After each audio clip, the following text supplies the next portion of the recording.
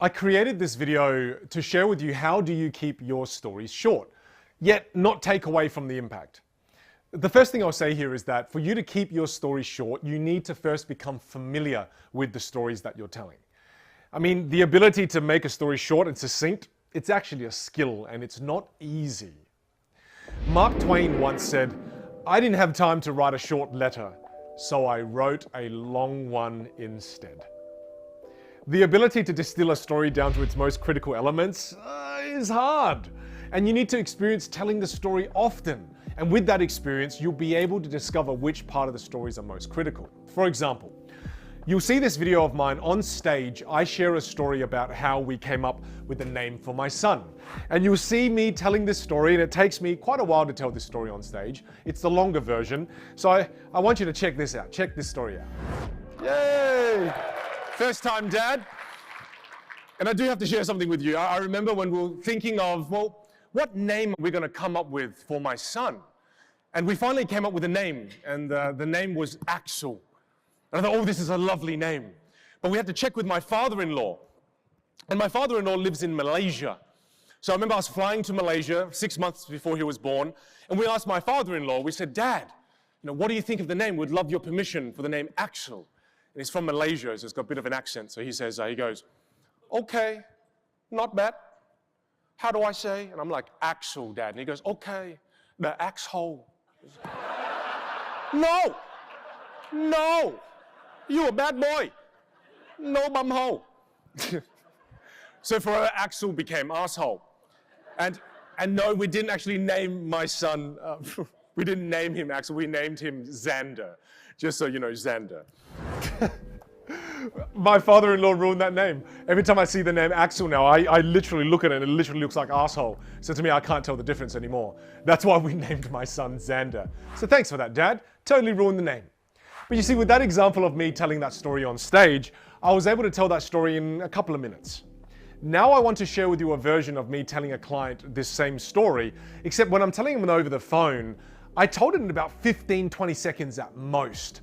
And the only reason I've been able to shorten that story down to its bare minimum elements is because I've had experience telling this story and I know which bits are the crucial bits. So check out this particular one, and I think you'll find this, again, just as hilarious. And just listen to my clients on the call. Listen to them. Just before you go, I'll tell you something funny. We're going to name my son, we're thinking of Axel. And I like that name, but then my father-in-law is Malaysian, and he was pronouncing it, and he was pronouncing it as Axhole, no, bad name, bad. And he totally ruined the name.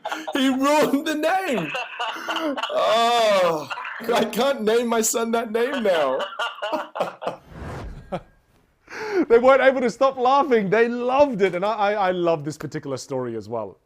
And I just want you to remember that it takes time and experience to be able to tell stories in a shorter format. Don't hold yourself to that level of expectation. It takes time to develop this skill. While you're writing and documenting your stories, a quick tip here, don't try to edit them as you're writing. The writing process and the edit process are two different processes.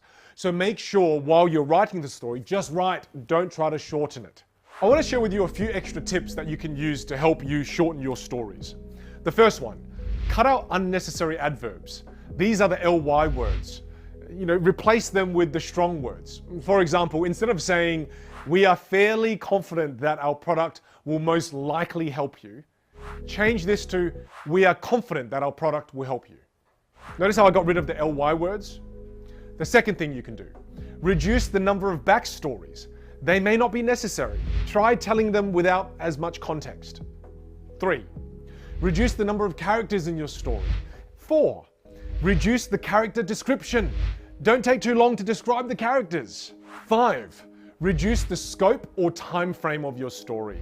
Instead of talking about something that happened over 3 years, share the moment of transformation, the most powerful moment. Keep these 5 tips in mind because they're going to help you begin the process of being able to shorten your stories. Here's a really cool psychological tip as well. If you're still feeling a little bit antsy about sharing stories, there's a really cool sentence you can use right at the beginning of your storytelling process. And it calms you down and it relaxes the audience as well. You say the words, "Before we start."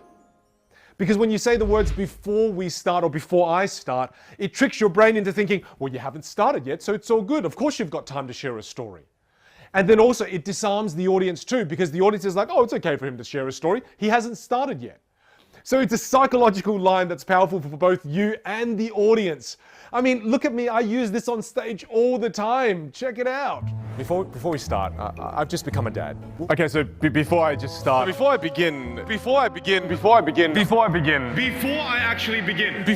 begin, I hope you find these helpful for you to be able to shorten your stories. And that last tip of the before we start, you can use that to help reduce the level of anxiety that you feel, the level of nerves, and also put the audience at ease that you're going to get to the content. But before we start, let's start with a little bit of connection.